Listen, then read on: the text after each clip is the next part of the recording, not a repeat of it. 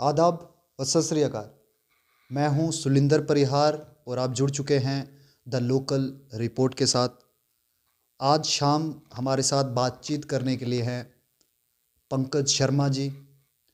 Pankaj Sharma former state president रहे हैं all India student federation के। ऑल इंडिया स्टूडेंट फेडरेशन के बारे में मैं बताऊं तो ये फर्स्ट स्टूडेंट ऑर्गेनाइजेशन थी जो इंडिया के इंडिपेंडेंसी में मतलब देश की आज़ादी में इनका अहम रोल रहा था। और तब से आज तक इसमें स्टूडेंट्स बहुत नेता जो लोग हैं वो निकले हैं। तो उसी जम्मू कश्मीर के ये स्टेट प्रेसिडेंट रहे हैं और डोडा की जो स्टूडेंट्स की डिमांड्स थी, राइट्स थे, उनके ऊपर आवाज़ उठाए हैं। तो इन्हीं से का बात करेंगे कि आज इन्होंने एक बेड़ा उठाया है, एक प्रथम नाम करके उनके साथ काम कर रहे हैं। तो इनसे ही जानेंगे। पंकज जी, सबसे पहले तो आपका स्वागत है द लोकल रिपोर्ट में। जी, थैंक यू, धन्यवाद धन्यवाद सुरेंद्र जी। मैं आपसे समझना चाहूँगा कि आप जो आपकी जर्नी रही, जैसे स्टूडेंट एक्टिविस्ट से लेकर अभी स्टूडेंट्स के लिए काम कर रहे हो आप, तो कैसे काम करते हैं? और इसमें आप, क्योंकि हम जैसे एएसएफ में कहते हैं स्टडी एंड स्ट्रगल, तो इसमें कैसे स्टडी और कैसे स्ट्रगल आप करवा रहे हैं प्रथम के अंदर रह के बच्चों को? जी, तो जैसे कि आपने पहले ही बताया कि मैं एक स्टूडेंट लाइफ में, जब मैं स्टूडेंट था तो तब बहुत मन में हमेशा मलाल रहता था कि जो भी कमियां हैं हमारे एजुकेशन सेक्टर में लेके चाहे वो स्टाफ की कमी हो या इंफ्रास्ट्रक्चर की कमी हो, हर चीज़ के लिए हम लड़ते थे। तो साथ ही साथ आपने जिक्र किया प्रथम का। तो प्रथम एक ऑर्गेनाइजेशन है जो स्टूडेंट्स के लिए काम करती है। प्रथम जो है 1992-93 में इसकी इस्टेब्लिशमेंट हुई थी मुंबई में एक छोटी सी बस्ती से, बालवाड़ी से। वहाँ से हमने कोशिश की थी, उस समय के जो लोग थे, माधव सर और फरीदा मैम थे, तो उनने कोशिश की थी कि जो स्लम्स में बच्चे रहते हैं उन बच्चों के तक वो बच्चे जो हैं अपनी एजुकेशन को पूरा नहीं कर पाते हैं। बहुत से कारण होते हैं कि उनके शायद पेरेंट्स गरीब हैं तो उनको स्कूल नहीं भेज पाते हैं। तो हमने कोशिश की थी कि कुछ इनोवेटिव तरीके से जो बच्चों की जो बेसिक एजुकेशन है, कम से कम उस बेसिक एजुकेशन को उनके डोर स्टेप तक पहुँचाया जाए और वहाँ पर जो है वो बच्चे उस एजुकेशन को अवेल कर सकें। जो उनका अधिकार है, शिक्षा लेने का अधिकार, उसके लिए काम कर रहे हैं। और उसी कड़ी में आगे बढ़ते हुए धीरे धीरे हम अलग अलग स्टेट्स में काम करने लगे। और जहाँ तक जम्मू कश्मीर की बात है तो जम्मू कश्मीर में हम 2015 से यहाँ पे काम कर रहे हैं। ये हम एक कश्मीर के एक डिस्ट्रिक्ट से शुरू हुआ था, ये जो हमारा जो सफ़र है प्रथम का। तो वो आगे बढ़ते बढ़ते आज हम पूरी स्टेट में काम कर रहे हैं और आप ये कह सकते हैं कि लगभग पूरे भारत में हम ये काम कर रहे हैं। और इसमें हम जो हमारे बच्चों की जो बेसिक लिटरेसी और न्यूमरेसी है हम उस पर ऊपर काम करते हैं। तो क्योंकि शुरू में सिर्फ जो कश्मीर रीजन में ही जो हम लोग प्रथम का काम चल रहा था, लेकिन 2019-20 में हम कह सकते हैं, दिसंबर 2019-20 में हम जो जम्मू रीजन में काम करना शुरू किया। जम्मू रीजन में हमने जो है गवर्नमेंट के साथ मिलके काम किया, जिसमें एक परवाज़ प्रोग्राम था, टीचर ट्रेनिंग के नाम, टीचर ट्रेनिंग थी उसमें। तो उसमें जो है हमारी जो मैथडोलॉजी है, कमाल मैथडोलॉजी है, combined activities for maximise learning और तरल टीचिंग एट राइट लेवल की। हम बच्चे के लेवल तक, यानी कि हम पहले बच्चे को जांचते हैं। जब भी हम कोई भी काम करना होगा तो हम पहले उसकी सिचुएशन देखते हैं। जैसे हमारे पास बच्चा है, हमारे पास 5th क्लास का बच्चा है, लेकिन अगर वो हमारे पास 2nd और 3rd क्लास का टेक्स्ट नहीं पढ़ पा रहा है, या जो बेसिक जो वहाँ मैथमेटिकल ऑपरेशंस है उनको नहीं कर पा रहा है, तो मुझे नहीं लगता कि हम बच्चे को सिलेबस के साथ घसीटते रहें। तो क्योंकि सिलेबस के बारे में तो मुझे लगता है कि उसको नहीं पता होगा, जबकि उसकी बेसिक चीज़ें ही क्लियर नहीं है। तो हम क्या करते हैं कि हमारे पास एक टूल होता है असर के नाम से। असर हमारी एक एजेंसी है जो टूल को डिज़ाइन करती है, और वहाँ से हम बच्चों को जांचते हैं कि बच्चे का एग्जैक्ट लेवल क्या है। तो बच्चे का एग्जैक्ट लेवल जानने के बाद उसके बाद हम कोशिश करते हैं कि अब कौन सी एक्टिविटीज़ हैं, कौन से तरीकाकार हैं, कौन सी चीज़ें, किस तरह का टीएलएम यूज़ करके जो है हम बच्चे की जो बेसिक कॉन्सेप्ट्स हैं उनको क्लियर कर सकें। रिसेंटली जो है हमारे अगस्त सितंबर 2020 में हमने फिर से समग्र शिक्षा जम्मू कश्मीर के साथ मिलके टीचर ट्रेनिंग कराई, जिसका नाम था impact, integrated multidisciplinary professional advancement course. जो टीचर्स जो हमारी जो न्यू एजुकेशन पॉलिसी है उससे थोड़ा मेल जोल खाते हुए, और बाकी जो नई चीज़ें जो हमारे एजुकेशन सेक्टर में इनकॉर्पोरेट की गई हैं उनको लेके एक रिफ्रेशर कोर्स के उसको आप कह सकते हैं। जी। मुझे ये बताइए कि आपने उसमें बताया कि बेसिक नॉलेज हमारे बच्चों में नहीं होता। क्या कमी रहती है हमारे यहाँ के गवर्नमेंट स्कूल्स में कमी रहती है, या हमारे टीचर्स इतने मतलब उनको तरीका नहीं होता कि उन बच्चों को एजुकेशन नहीं करवा पाते? आपको क्या लगता है, क्योंकि आप घूमे हैं, आप बच्चों में जाते रहते हैं, तो आपको क्या कमज़ोरी लगती है?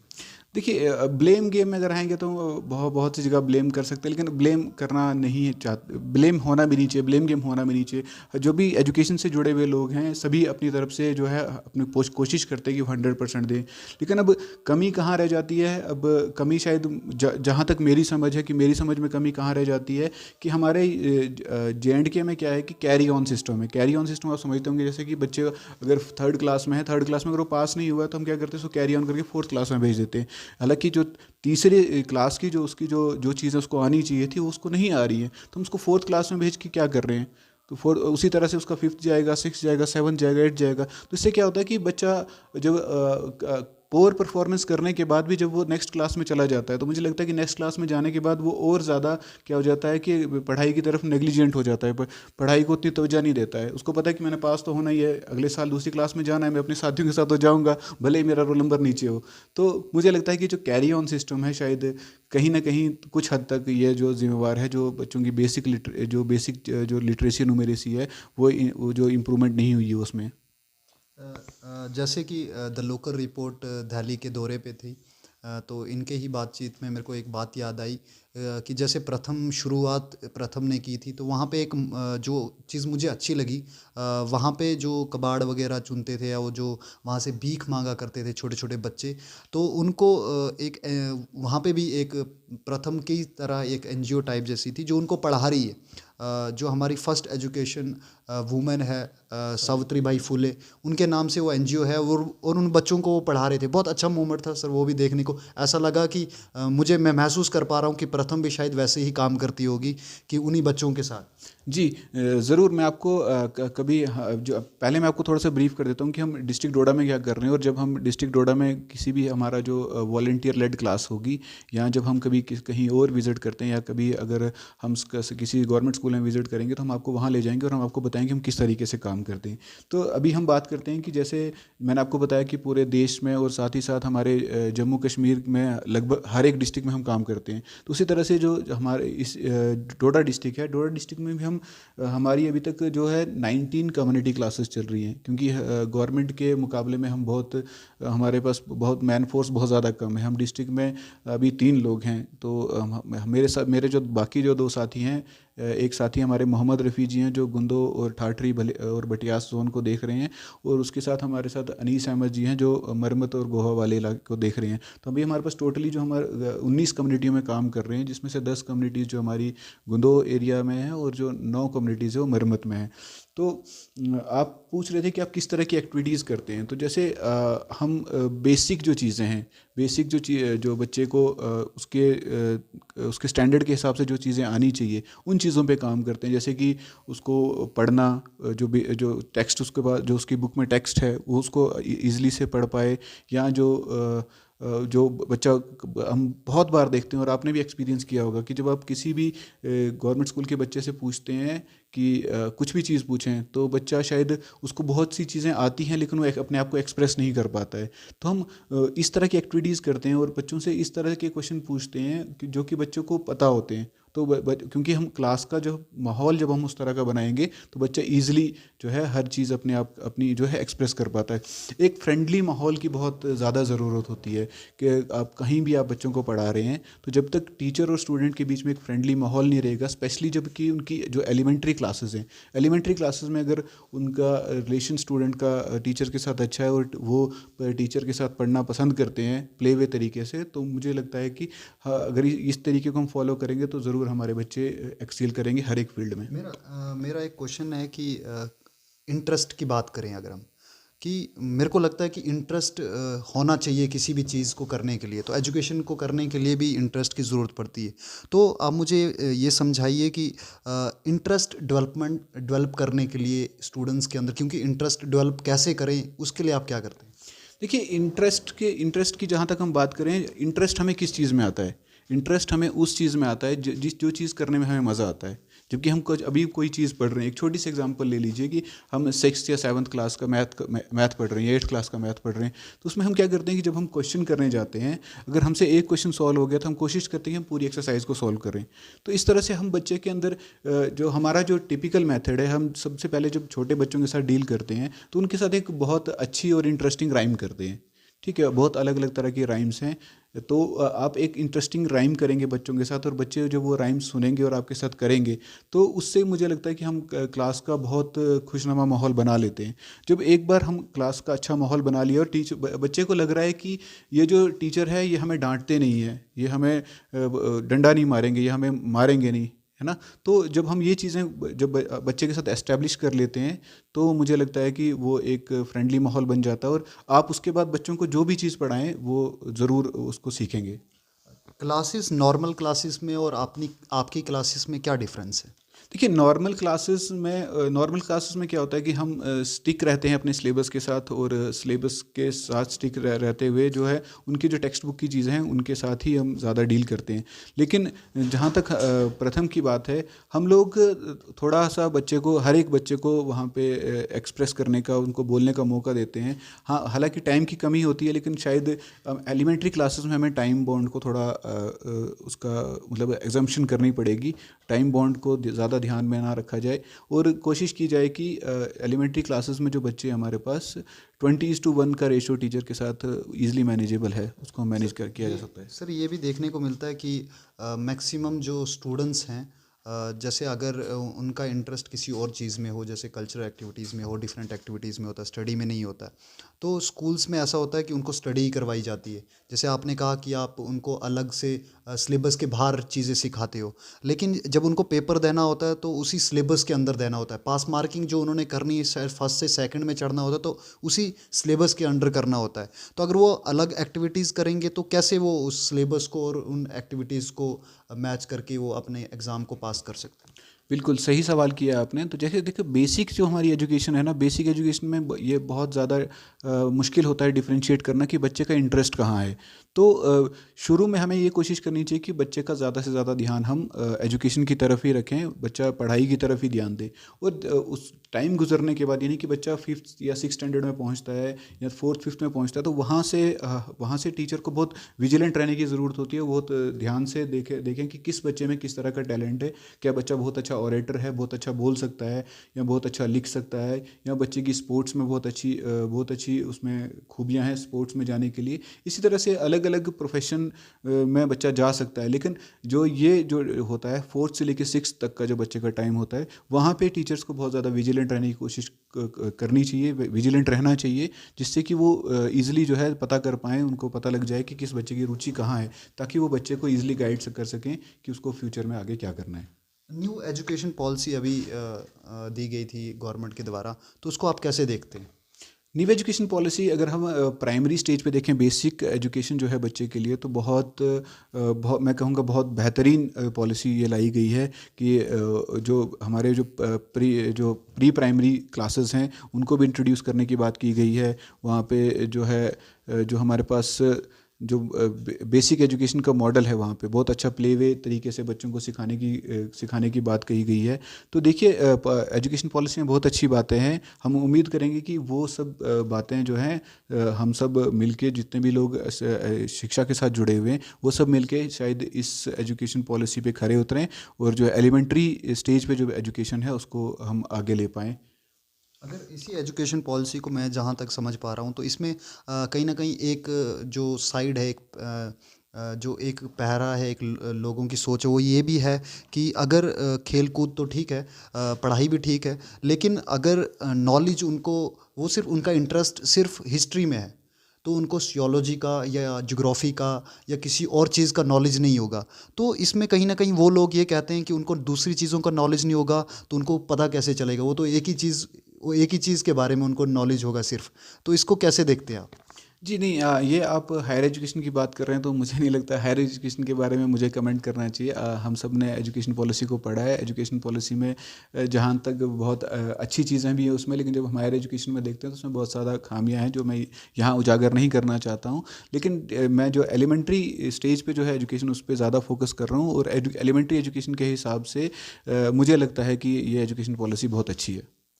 अ, और मुझे ये भी बताएं कि अभी आप रूरल एरियाज़ में जा रहे हैं, तो रूरल एरियाज़ में सबसे ज़्यादा आपको एजुकेशन की कमी किस चीज़ में लगती है?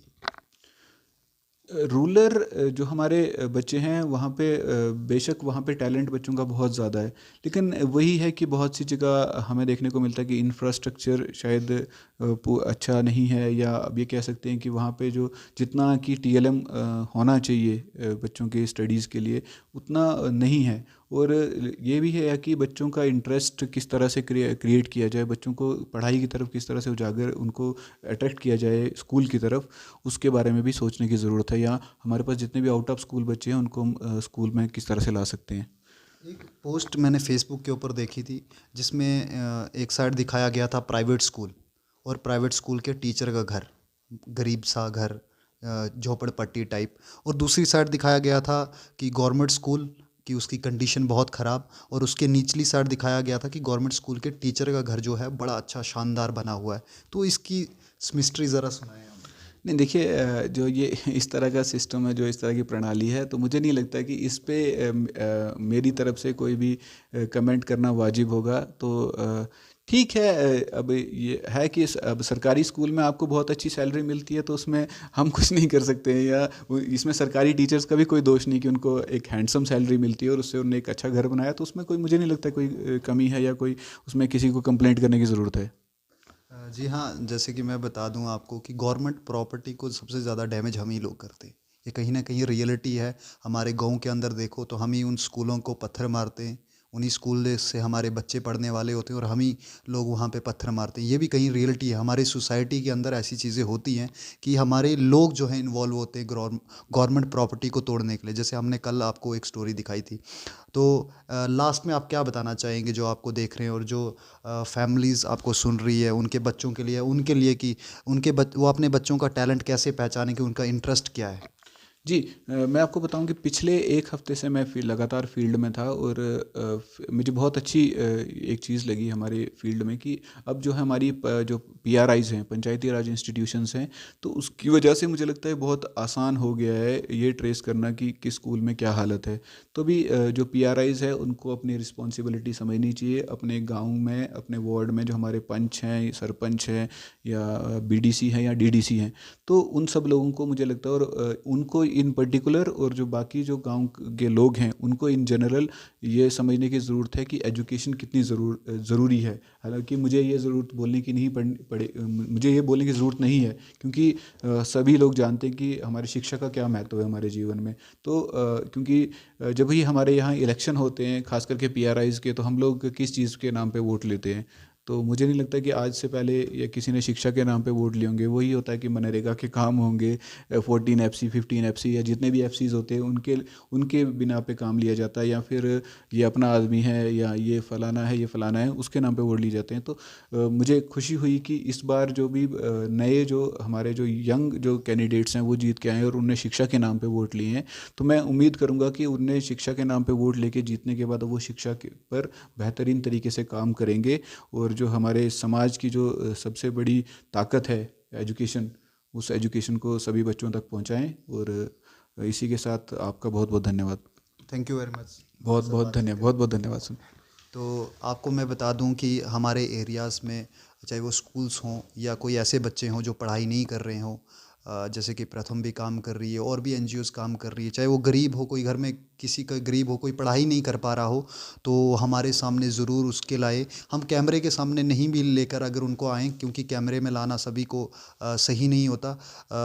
हम उनको बैकफुट में भी अपनी तरफ से जितना भी हमसे हो पाएगा हम वो कोशिश करेंगे, क्योंकि हम भी ये चाहते हैं कि हमारा कोई भी बच्चा जो है वो बिना पढ़ाई के ना रहे, गरीब ना रहे, बिना खाने के ना रहे। हम भी कोशिश करेंगे कि हम संघर्ष कर रहे हैं, हम खुद भी संघर्ष कर रहे हैं और हम भी चाहेंगे कि हमारे जो देश का युवा है या छोटे बच्चे हैं वो भी। रिसेंटली अभी सुबह के दिन के टाइम में हॉस्पिटल की साइड से चल रहा था, तो वहाँ पे मैंने बहुत से छोटे बच्चे जो कि 15 14 अंडर 13 बच्चे जो है केले बेच रहे थे, सामान बेच रहे थे। तभी मन किया कि माइक निकाली जाए और इनके ऊपर स्टोरी बनाई जाए। लेकिन उनके साथ बातचीत करके जब मैंने उनके साथ बातचीत की तो उनकी बातचीत में मुझे उनसे ज़रूरत, उस काम को करने की ज़रूरत लगी, तो मैंने वो फिर वहाँ पे छोड़ दिया। लेकिन ये बात आपसे साझा करना चाहता था कि वो जो हमारी सोसाइटी के अंदर वैसे लोग हैं उनसे बात करें कि क्या प्रॉब्लम है आपको, कि आप इतनी छोटी सी उम्र में जहाँ पे वो किताब बेचने चाहिए उनके सामने केले होते हैं, उनके सामने सामान बेच रहे होते हैं गली में, और कभी पुलिस वाले यहाँ से भगा रहे होते हैं, कभी वहाँ से उधर। छोटे से बच्चे से बात भी की हमने उससे, उसने कहा कि सुबह से पुलिस वाले तंग कर रहे हैं मुझे, यहाँ से वहाँ भेज रहे हैं। तो ये जो चीज़ें हैं हमारी सोसाइटी के अंदर, इसके ऊपर हमें आवाज़ उठानी चाहिए। किसी की इमेज ख़राब ना करते हुए हमें ये काम करना चाहिए। और सोसाइटी के अंदर ऐसा कहीं भी आपको दिखे तो आप द लोकल रिपोर्ट के साथ कॉल कर सकते हैं, हमें हमें जुड़ सकते हैं हमारे साथ, हमारे को बोल सकते हैं, हमारे नंबर्स आपके सामने हैं। आप लगातार प्यार दे रहे हैं द लोकल रिपोर्ट को, आप प्यार देते रहें और ऐसे ही लाइक शेयर कमेंट और सब्सक्राइब जो है करते रहें। आप जुड़े रहे द लोकल रिपोर्ट के साथ। मुझे दीजिए इजाज़त, मैं सुलिंदर परिहार द लोकल रिपोर्ट के साथ।